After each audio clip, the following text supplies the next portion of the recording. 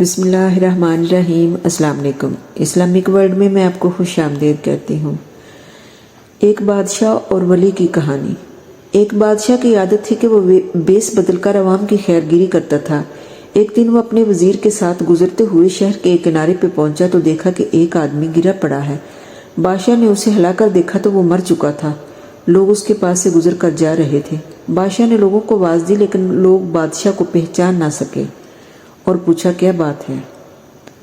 بادشاہ نے کہا اس کو کسی نے کیوں نہیں اٹھایا؟ لوگوں نے کہا کہ یہ بہت برا اور گناہ گار انسان ہے۔ بادشاہ نے کہا کہ یہ امت رسول نہیں۔ یہ کہا اور اس شخص کی لاش اٹھا کر اس کے گھر پہنچا دی۔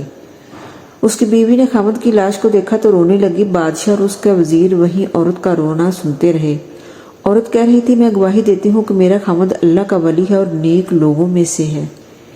اس بات پہ بادشاہ کو بڑا تعجب ہوا۔ کہنے لگا یہ کیسے ہو سکتا ہے؟ لوگ تو اس کی برائی کر رہے تھے اور اس کی میت کو ہاتھ لگانے کو بھی تیار نہ تھے۔ اس کی بیوی نے کہا مجھے بھی لوگوں سے یہی توقع تھی۔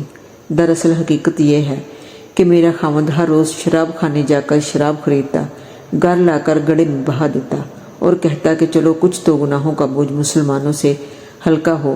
اسی طرح رات کو ایک بری عورت کے پاس جاتا اور اس کو ایک رات کی اجرت دے دیتا اور کہتا کہ اپنا دروازہ بند کر لے، کوئی تیرے پاس نہ آئے۔ گھر آ کر کہتا الحمدللہ آج اس عورت کا اور نوجوان مسلمانوں کے گناہوں کا میں نے کچھ بوجھ ہلکا کر دیا۔ لوگ اس کو ان جگہوں پہ آتا اور جاتا دیکھتے تھے۔ میں خاموش سے کہتی تھی کہ یاد رکھو جس دن تم مر گئے لوگ تمہیں نہ غسل دیں گے، نہ تمہاری نماز جنازہ پڑھائیں گے اور نہ تمہیں دفنائیں گے۔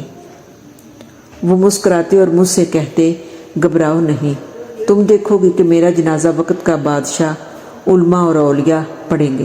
یہ سن کر بادشاہ رو پڑا، کہنے لگا کہ میں بادشاہ ہوں، کل ہم اس کو غسل دیں گے، ہم اس کی نماز جنازہ بھی پڑھائیں گے اور اس کی تدفین بھی ہم کروائیں گے۔ چنانچہ اس کا جنازہ بادشاہ، علماء اور اولیاء اور کثیر عوام نے پڑھا۔ آج ہم بظاہر کچھ دیکھ کر یا محض دوسروں سے کچھ سن کر اہم فیصلے کر بیٹھتے ہیں۔ اگر ہم دوسروں کے دلوں کے بید جان جائیں تو ہماری زبانیں گنگی ہو جائیں۔ خدا را کسی کو غلط سمجھنے سے پہلے دیکھ لیا کریں۔ اللہ ہم سب کو سیدھا راستہ دکھائے۔ آمین۔